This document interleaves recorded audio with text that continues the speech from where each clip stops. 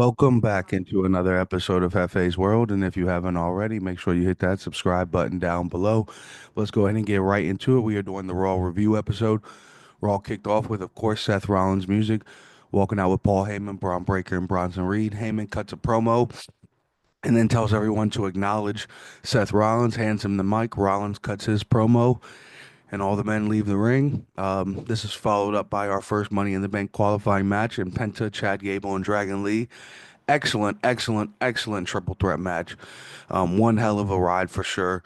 Penta ends up picking the victory up in the end. After this, we have a backstage segment with the Judgment Day. Liv Morgan is finally back, and we finally get to see the tension in the Judgment Day with Roxanne Perez and Liv Morgan and Dominic. Liv is definitely not happy here. Back to the ring, we are set for our second match of the night in Rusev and Akira Tozawa.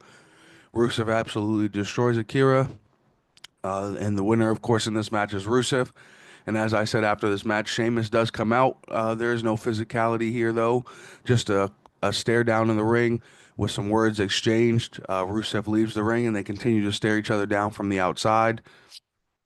And then backstage after this, we see two guys, Bert and Tom, backstage doing an interview. Bert runs off while Tom continues to do the interview.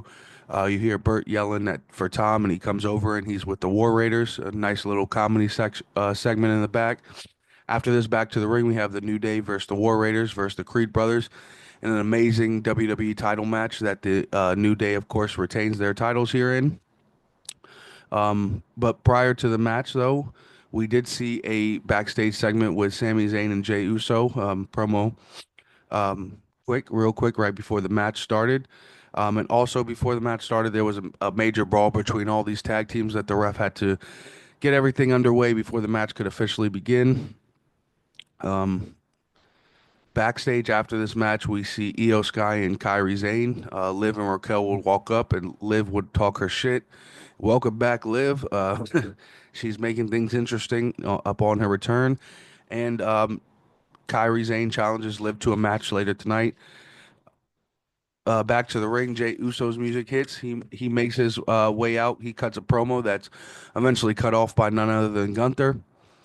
They go back and forth, and then eventually Jey would drop the mic and leave. After this, we get the Liv Morgan and Kairi Sane match. Winner is Kairi Sane. Roxanne did try and help. Raquel, I think, was the bad one in this. And of course, uh, after all this, we get a quick little video package from Rhea Ripley, and then right after that video package, of course, we get the backstage segment with the Judgment Day, and Liv is actually seemingly to be on Roxanne's side here and tells Raquel that she's the veteran and she should know better. So that's a little interesting. Definitely want to see what's going to happen with the Judgment Day and continue to see what goes on, but Liv does walk off.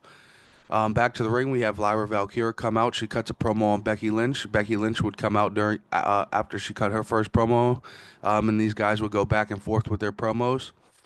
After this, we have a backstage segment with Sami Zayn and Karrion Kross. And for the second week in a row, in the background of this segment, you see the New Day walking with Grayson Waller. So that's something to keep a lookout for.